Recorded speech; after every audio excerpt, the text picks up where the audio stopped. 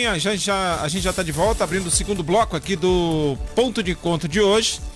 Olha, hoje é aniversário da lei que criou o FGTS. E entre tantas coisas que isso nos remete, a gente convidou aqui uma advogada, especialista também em direito trabalhista, direito previdenciário, é a advogada Jamile Silva. Tudo bem, doutora Jamile? Seja bem-vinda aqui ao Ponto de Encontro e à Rádio Diário FM. Tudo bem, graças a Deus. Eu lhe agradeço imensamente pelo convite, né? Com certeza, hoje a gente comemora um marco, né, dentro do ordenamento jurídico. Hoje é aniversário da lei que na verdade, regulamenta. Que né? regulamenta. É a última versão que se deu para... A última versão, sim. Foi em 1990? 1990. Exatamente na data de hoje, né? 11 de maio de 1990. É a lei 8.036. 8.036. Pois bem. Pois é, a senhora estava me perguntando, eu olho para onde? Aí eu vou até confabular aqui, vou até... Para onde eu olho, né? Antigamente tinha isso, né? Às vezes a gente ia entrevistar um político antigo e ele só olhava para a câmera. Aí o jornalista, poxa, eu estudei tanto para ficar só segurando o microfone aqui. E não, hoje a regra é que você fale para o comunicador, fale para o jornalista. Eventualmente, se quiser se dirigir a uma terceira pessoa que está nesse bate-papo, que é o eleitor, que é o cidadão, né? O internauta... Aí você fala para a câmera, mas aí é uma coisa bem mais natural. A coisa flui mais naturalmente, inclusive para nós. Inclusive nós passamos a ter mais naturalidade até para reagir ao erro. Quando a gente erra, né? O jornalista, todo mundo pode errar. Ninguém é perfeito. Outro dia tem um vídeo do Boris Casoy apresentando o jornal e ele espirrou no meio da notícia. E ele disse, perdão, eu espirrei, eu sou um ser humano. Sou um ser humano. Então é isso, doutora. O FGTS, entre a última reforma que a gente viu mexer nessas regrinhas aí, a reforma trabalhista, eu acho que foi a mais impactante delas, e quis o destino, né, que ela acabou se mostrando assertiva, porque na última mexida na regra se previu o trabalho de casa, né? O teletrabalho. O teletrabalho, né? E o que acabou na pandemia sendo aproveitado. Sendo aproveitado, com certeza. O teletrabalho na verdade, o teletrabalho ele é uma forma de ajudar, né? Pedir só que aproxime a sua cadeira mais da bancada. Isso, pronto. O teletrabalho é uma forma de ajudar, né? A pandemia, ela, claro, né, é uma situação de calamidade pública, necessidade de trabalhar de casa, de fazer tudo de casa, na verdade, né? E os serviços continuarem para ter uma continuidade, claro. O teletrabalho, ele foi fundamental, né? E foi uma sacada de mestre. E para continuar também, para ter a manutenção dos empregos, né? Porque como é que iriam continuar recebendo se não tivesse como trabalhar e continuar a se manter, né? As pessoas continuar a se manter, né? O teletrabalho foi isso. A partir daí também se criou um mecanismo para aferir, por exemplo, a assiduidade, o ponto diário de um colaborador. A questão do teletrabalho, ele é aferido na produção, né? Ele não é bem questão de ponto é produção, em cima da produção. Porque a pessoa vai trabalhar de casa, mas ela não vai bater ponto de casa, ela não vai ter como bater um ponto eletrônico ou assinar um ponto manual. É questão realmente dela poder trabalhar com tranquilidade, até mais tranquilidade, né, dentro do seu lar, mas produzir até mais, porque às vezes quando a gente está dentro de casa, a gente produz até mais com a tranquilidade, sem ter aquela pressão, né, de patrão, de colega, ou aquela conversinha de colegas de trabalho, e aí a produção flui.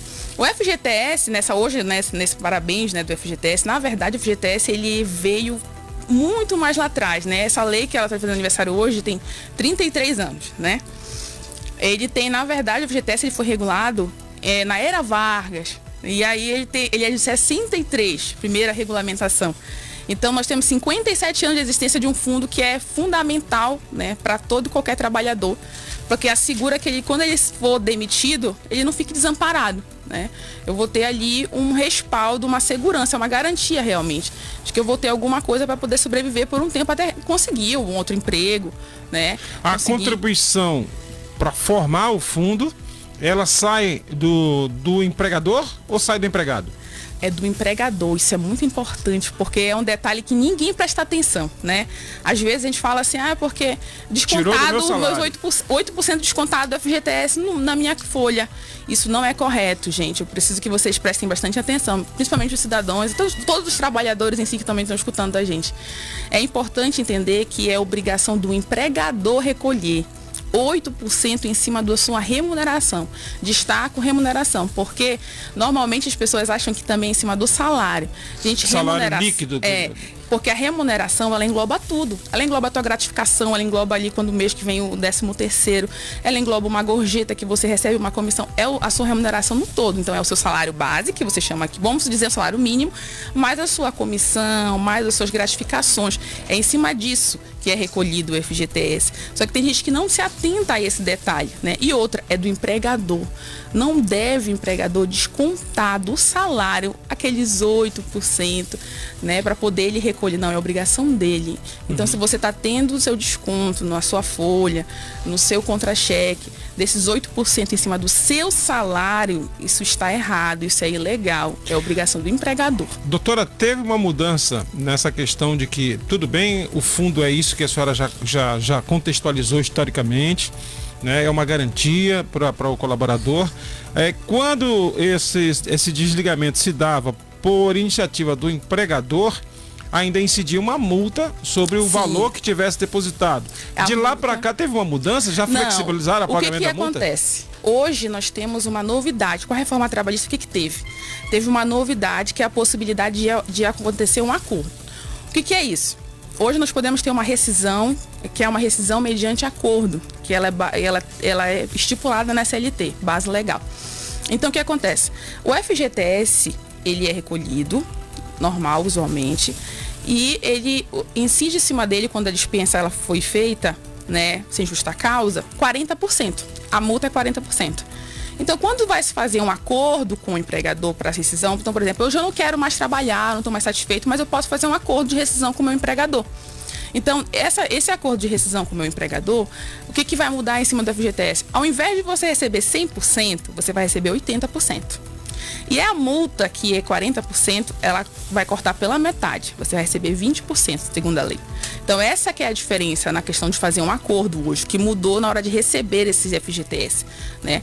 Outra coisa que é importante mencionar sobre o FGTS é a questão da discussão que está tendo agora, da ação, né, sobre a revisão do FGTS, né, sobre qual é o índice que vai influenciar na revisão do FGTS. Porque quando o FGTS ele é depositado, ele tem um índice de correção, né, que hoje é a taxa referencial. Só que nós estamos em discussão, em sede de julgamento no STF, para alterar qual seria o índice de correção. Por quê? Porque o TR ele não acompanha a inflação. Ele não acompanha as mudanças do mercado de trabalho e a inflação. Então, não está tendo uma correção boa para o trabalhador. Então, quando ele é demitido, às vezes o valor nem quase não mudou, é irrisório. Então, agora está sendo discutido no STF essa possibilidade de alterar essa taxa, esse índice de correção, né? Está em estado de julgamento, ainda não temos uma decisão finalizada, mas as teses são, primeiro, que infelizmente não vai retroagir. Então, quem já recebeu, quem já finalizou o seu vínculo, está recebendo, vai se receber em cima do TR, né? Que é o índice de taxa referencial. Mas a discussão é que se for uma das teses levantadas, é que se for realmente alterado esse índice, que seria o índice de poupança mais TR, que seria um valorzinho para acompanhar ali a diferença do mercado, a inflação, né? Vai ser dali para frente, seria daqueles que forem rescindidos depois do julgamento, né? Muito bem, deixa eu só atualizar quem está chegando agora, entrou no carro, ligou o rádio, quer saber com quem que a gente está conversando? A gente está aqui no programa com a doutora Jamile Silva, ela é especialista em direito previdenciário, está falando também aqui sobre um pouquinho de direito trabalhista, né? É tanta legislação, né? Imagina quando seus pais, quando você deu a notícia de que ia estudar direito, disse, mas menina, tem tanta lei nesse país, como é que faz? Aí essa questão de especializar direito trabalhista, direito previdenciário, direito constitucional, direito administrativo, tem que segmentar, né? É verdade. É tudo questão de dedicação também, né? Porque assim, a advocacia, a gente escolhe áreas que a gente tem paixão, áreas que a gente gosta de atuar. E a gente procura conhecimento, a gente procura trabalhar na área, procura buscar expertise, né? Para fazer um trabalho de qualidade, claro. A gente, claro que no começo a gente fica, nossa, eu sou clínico geral, eu pego qualquer tipo de caso, eu preciso me manter. Não, mas depois a gente vai se dedicando a algumas áreas que a gente gosta, áreas que a gente vê afinidade também, e que a gente vai prestar um trabalho de qualidade, porque a gente tem que entender que qualquer serviço tem que ser feito de qualidade. Então, a gente tem que sempre procurar um profissional qualificado e que tenha prática, que tenha ali um dia a dia, que tenha, olha, eu tenho uma carreira nessas áreas, eu tenho experiência, tenho expertise nessa área. Porque nem sempre é isso que acontece. Às vezes a pessoa procura e não vê que a pessoa não tem conhecimento. E eu acho muito importante que o colega fale, olha, essa área, tal área que você está me procurando, eu não domino, sabe? Isso é muito... Eu acho muito ético essa parte de dizer, olha, essa área eu não domino, essa área eu não atuo. Aí nessa área eu também, não, essa área pode, não, com certeza é de responsabilidade, entendeu? Muito bacana. Olha só, se você tem dúvida também, seja na área de direito trabalhista, que ela está falando agora, seja na área de direito previdenciário, que a gente vai aprofundar um pouquinho mais, mande um WhatsApp aqui pra gente, 991570022, tá bom? 91570022, ou entre aqui na nossa live, entra lá nos comentários, tira sua dúvida, faça sua pergunta aqui para a doutora Jamile, tá bom? O Ney Sarmento diz o seguinte: trabalhei 5 anos numa empresa, no meu desligamento fui sacar o FGTS e tinha R$250 apenas depositado. Como fazer para isso? Já tem mecanismo para ir buscar e obrigar que isso seja reparado. Qual é o nome da pessoa, perdão? Ney Sarmento. Oi, Ney, tudo bem? Deixa eu lhe falar uma coisa. É importante que você procure seus direitos, né? Hoje, tem uma coisa muito importante que eu preciso também mencionar para todo e qualquer ouvinte e trabalhador. A área trabalhista, ela tem uma coisa chamada jus postulandi. Você necessariamente não precisa de um advogado. Isso é latim? É jus postulandi, né? Uhum. Postulação, né? Latim. Já viu jus esperneandi. Que você pode e tem a liberalidade de entrar com a ação sem precisar de um advogado. Então, hoje, se você precisa entrar com uma ação para você receber seu direito trabalhista em primeira instância, não precisando recorrer, você pode fazer isso sozinho. Você vai ao Tribunal de Justiça do Trabalho e você leva a sua documentação, carteira de trabalho, documentações, tudo que você tem quanto ao vínculo empregatício que você tinha, até RCT, que é o termo de rescisão de contrato de trabalho, e você dá entrada nessa reclamação trabalhista sem precisar de um advogado, porque tem um setor específico para isso, de atermação no tribunal, e você pode dar entrada. Então, se faz muito tempo que ele saiu. E outra coisa, um detalhe importante, eu não sei quanto é que ele foi demitido, né? Ele falou que não recebeu 200 e poucos reais. Então, assim, se você foi demitido, se sua rescisão aconteceu há mais de 2 anos, não tem mais a possibilidade de judicializar. Dentro do direito trabalhista, nós temos um prazo de 2 anos para dar entrada, né, para receber as verbas trabalhistas. Então, se tem 2 anos que o seu vínculo já se encerrou, que o seu contrato de trabalho já se encerrou, hoje não tem mais a possibilidade. Contudo, se ainda está dentro desse prazo, se ainda está dentro desses 2 anos, você pode dar entrada para receber esses valores, para que eles sejam obrigados a serem recolhidos, bem como uma multa. Ele falou aqui pra gente que ele está preocupado, né? Ficou preocupado porque ele fez um acordo para se desligar e no termo do acordo estava previsto o seguinte: o que estiver depositado. Só tinha 250. Não, é um direito fundamental. É um direito, na verdade, irrenunciável do trabalhador. Você não pode renunciar a um direito que é garantido constitucionalmente. Então, são direitos que está previsto na Constituição. Então, você não pode abrir mão de receber o seu FGTS. Esse acordo ele foi totalmente ilegal, porque ele te retirou o direito. Então, você, como eu estou lhe falando, você pode questionar na Justiça do Trabalho, sem precisar de advogado, leve o acordo, leve o seu termo de rescisão de trabalho, tudo que você tem hoje, e corra atrás do seu direito, tá bom? O advogado, ele é primordial no trabalhista, a partir do recurso. Então, se você, em primeira instância, não conseguiu ganhar, eu tive uma sentença improcedente, infelizmente, aí você procura um advogado para apresentar recurso, que é para a instância superior. A senhora usou uma expressão muito interessante, que é comum não, já a gente vê relatos, né, da pessoa vai se desligar e o empregador diz, vá procurar os seus direitos. Sim, aí bater na porta da Justiça do Trabalho. Bater na porta da Justiça do Trabalho, com certeza. Já se faz isso eletronicamente, à distância ou não? Sim, eu acredito que tenha um contato específico no TRT, eu não sei lhe informar de agora, né, assim. Porque normalmente eu também indico também, a Defensoria Pública não trabalha com trabalhista, porque é uma justiça especializada, então realmente tem que ir direto no tribunal. Muito bem. Eu não tenho contato do setor de atermação, mas tenho. Bom, vamos virar a chave nessa reta final desse bate-papo aqui com a doutora ai meu Deus, Jamile. Doutora Jamile. Direito previdenciário. Quais são as últimas? O que a senhora pode falar para o amigo ouvinte que está nos acompanhando, né? O sonho, né, de se aposentar. O grande sonho de se aposentar. Eu acho que é dever de justiça, né? As pessoas trabalharam tanto. Mas assim, o direito previdenciário está dentro de um princípio fundamental, né, de um direito fundamental, que é a seguridade. A seguridade social, ela vai abarcar 3 subsistemas: a saúde, a previdência e a assistência social. Tem uma mudança histórica aí que se chamava INPS, né? Não. Nós tivemos, na verdade, uma gradação de mudanças, né? Aí nós tivemos primeiro, porque o que acontece?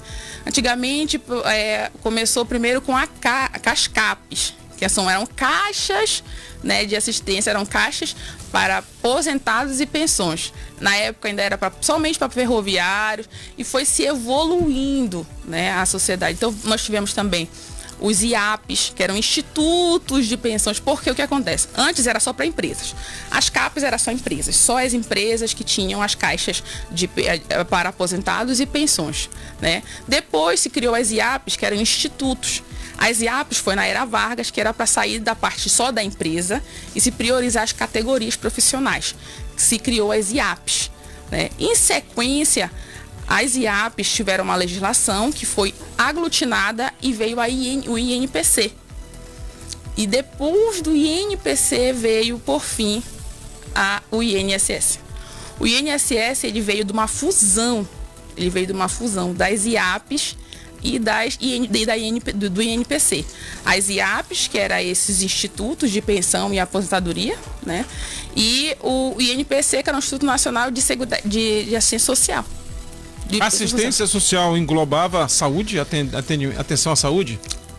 A saúde em si, esse tríplice que eu te falei, esse tripé, ele só veio na Carta Magna de 1988 para frente. Uhum. Né? Essa tríade da Seguridade Social só veio, né, nessa evolução, só veio na nossa Carta Magna, já em 88. Uhum. Né? E em 1990 que foi criado o INSS, já juntando, né, para que a gente tivesse um regimento, um local só para procurar tanto a parte de previdência quanto a parte de assistência social, né?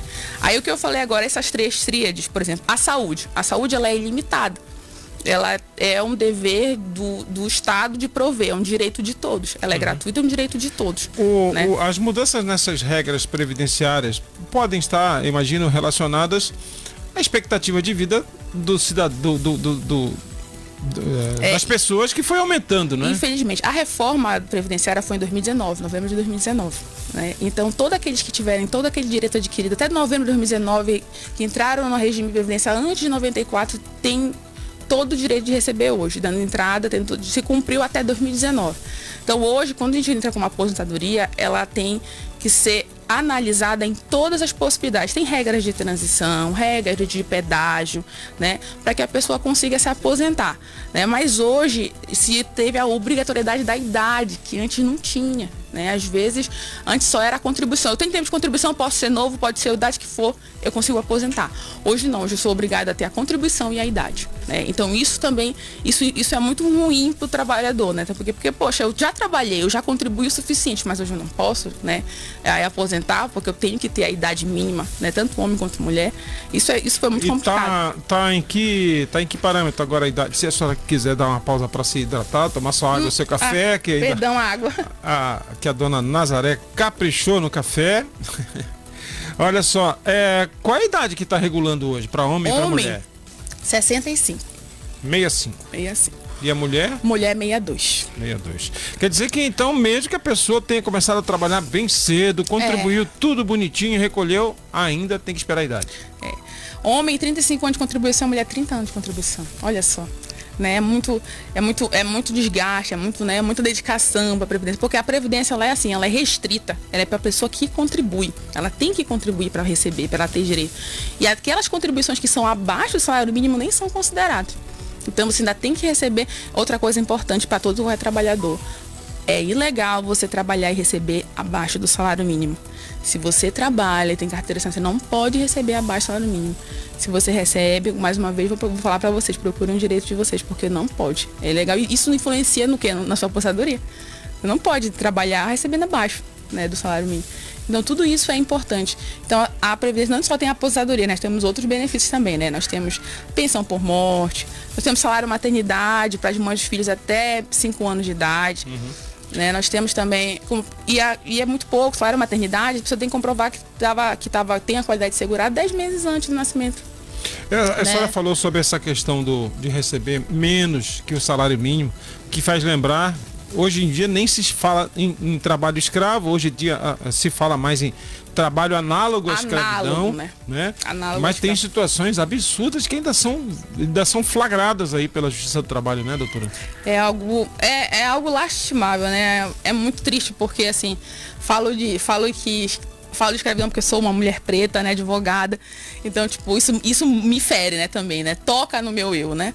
Então, assim, é muito, muito triste, porque são situações horríveis, degradantes, de tudo, de saúde, e outra, não é só, a pessoa tem que entender que o trabalho escravo, ele não se liga somente, eu tô preso, não posso sair e não posso trabalhar, e não posso viver. Não é só isso, não é você só viver para trabalhar, não é isso.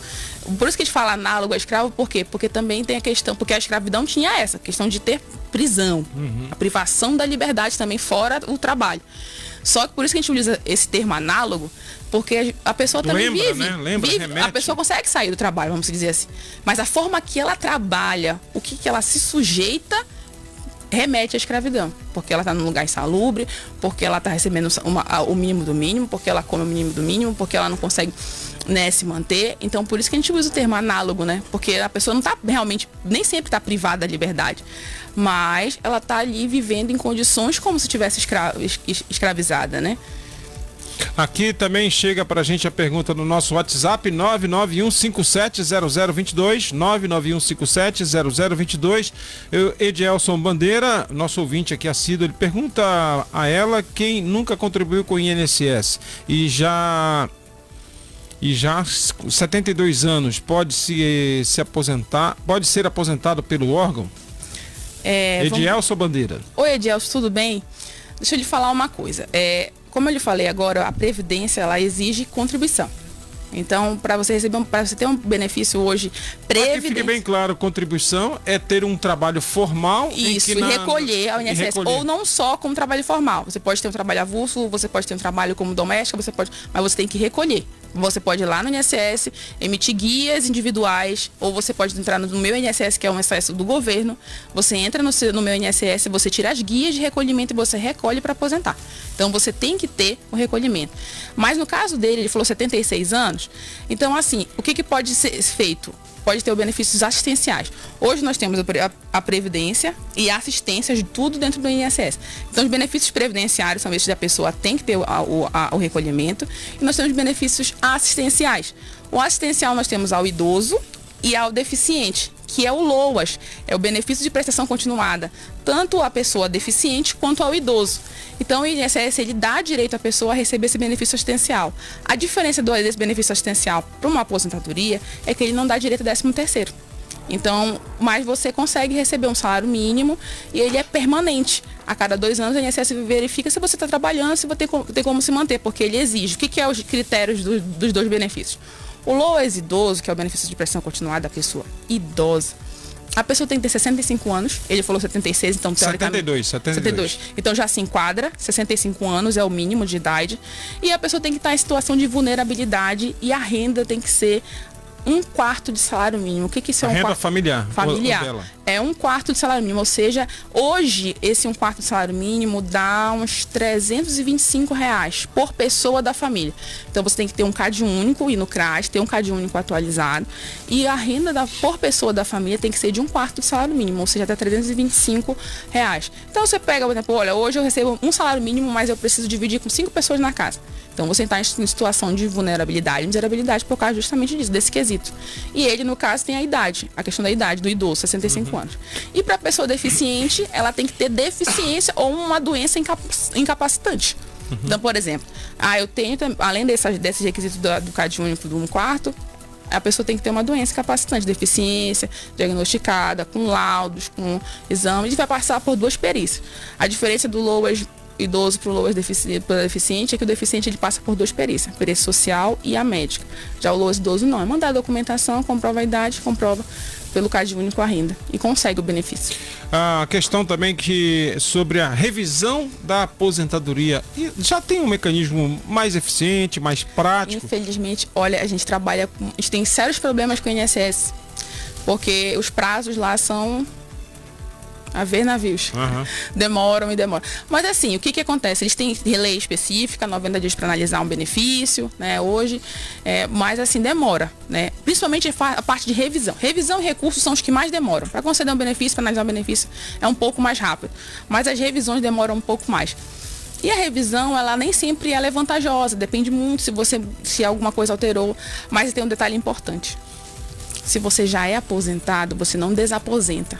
Então, por exemplo, se você já aposentou hoje, mas eu resolvi continuar trabalhando, eu estou contribuindo mais, estou contribuindo melhor e quero tentar a aposentadoria de novo para aumentar, não vai acontecer. Você está ajudando outras pessoas, a seguridade, o custeio de seguridade, mas não há a possibilidade de desaposentar. Então, se você aposentar hoje no regime que você aposenta, você não desaposenta para receber mais se você continua contribuindo, infelizmente. A outra pergunta que tem sempre aqui recorrente é essa questão da revisão, está ligada ao fato de que quando eu estava na ativa, meu salário, minha hora trabalhada era X. E agora, minha aposentadoria, perdi muito. Mas infelizmente... O poder de compra do salário aí. Os benefícios, principalmente a aposentadoria, ela realmente não te dá... Ela não te traz tudo que tu carrega na tua carteira de trabalho. Tudo que tu carrega no teu contra-cheque. Não vem para você... Tem até um teto, né, para isso agora. Tem teto. O regime geral de previdência tem teto, que hoje deve estar em 7.500, mais ou menos, o total, né? Uma remuneração de previdência, né? E eles fazem uma meação, uma média de todo o teu recolhimento. É feita uma média. Então, por exemplo, às vezes a pessoa contribuiu 2 anos, 1 ano com salário muito alto. E às vezes ela passou o resto da vida todinha com salário mínimo. Então não tem como ela aposentar hoje com X valor. E não é de acordo com aquele último trabalho. Você falou um vínculo, né? O último vínculo eu estava recebendo, sei lá, 2.000. Mas eu aposentei ganhando o salário mínimo, 1.300. É porque é feita uma média em cima de todo o teu recolhimento e hoje ainda é feito essa meação. Hoje é eliminado uma porcentagem, não é em 100%. Hoje, se não me engano, está em 80%. Aqui é nosso ouvinte, aqui a Franci, mandou também um WhatsApp aqui, quase um apelo. Me passa o telefone dessa doutora. A senhora tem um telefone do escritório que as pessoas possam, de repente, sim. Agendar um horário para conversar com a senhora? O meu escritório na área previdenciária, o número dele é 98425-1215. Peraí, repita aí devagar para o pessoal. 98425-1215. Tá, 8425-1215. Tem rede social para as pessoas possam se conhecer lá? Dá para seguir o meu Instagram. Meu Instagram é js.especializada. E tem o meu pessoal também, podem mandar mensagem, não tem problema nenhum, que é o Jamile_Pri_Silva. JS_especializada. É isso? Acredito que esteja, deixa eu ver. Agora eu fiquei em dúvida. O que ele perguntou? Ao número do meu escritório de previdenciário. Tá, 98425-1215. É isso? Deixa eu só confirmar aqui. Tá bom. Checando aqui, ó, a gente recebeu aqui no programa a advogada Jamile Silva. Eu até pulei aqui, cadê a parte que eu vi? O currículo dela, toda a formação acadêmica da doutora Cadê? Ela me passou aqui direitinho. Nós fizemos o card, fizemos a chamada direitinha. 8425 Jamile Priscila Conceição da Silva, bacharel em Direito, advogada. Tem a OAB no Amazonas. Isso, eu tenho 2 OAB. A minha OAB principal é do Amazonas, 13785. A senhora é natural de onde? Eu sou daqui, eu sou mapaense, sou marabaxeira, jogo basquete. Tu começou falando de Marabaixo, né? Fiquei tão empolgada. A gente abriu o programa hoje. Sobre Marabaixo, que é minha terra, minha cultura, minha paixão. E o Amazonas entrou na sua carreira como? Por causa do meu marido, né? Meu companheiro, meu marido. A gente ainda não casou. Esse ano é o casamento. A gente mora junto, a gente tá junto, vai fazer 12 anos esse ano, né? Como é o nome dele? André William. Ô André. Tá ouvindo, tá ouvindo. Vamos lá, André. Passou da hora já. Ele é de que área? Ele não tem ainda formação, ele roda de Uber. Tá ouvindo, ele escuta muito a rádio. Olha lá, André. Tá rodando bem, tá dando certo. Ó, então a doutora Jamile Priscila Conceição da Silva, especialista em Direito Civil e Processo Civil, é pós-graduada em Direito Público e fala fácil, viu? A gente gostou muito porque veio aqui, falou fácil. Os temas são muito técnicos, mas a senhora tem didática, todo mundo entendeu. E que bom. Que bom. Vamos fazer outras parcerias aí, tirar dúvidas aqui. Eu estou totalmente disponível, o que precisarem. Entre em contato no WhatsApp que eu passei para vocês, do meu escritório de previdenciário, tá? Sigam minhas redes sociais. Fiquem à vontade, podem entrar em contato comigo. Sou uma pessoa super humilde, o que puder falar comigo. Meus clientes, como diz meus clientes, né? Eu não preciso nem mandar mensagem, doutora, que a senhora me manda antes, né? Porque qualquer movimentação de processo eu mando pro meu cliente, até os documentos que são movimentados, primordiais. Porque é isso, né? A advocacia, você tem que entender que você tem que trabalhar para o cliente, né? O cliente não trabalha para você, é o contrário, você trabalha para o cliente. Então você tem que dar satisfação, você tem que informar. Não é isso? Bela reflexão. Obrigado, viu? Até a próxima. Eu que agradeço. Boa noite. Uma boa noite.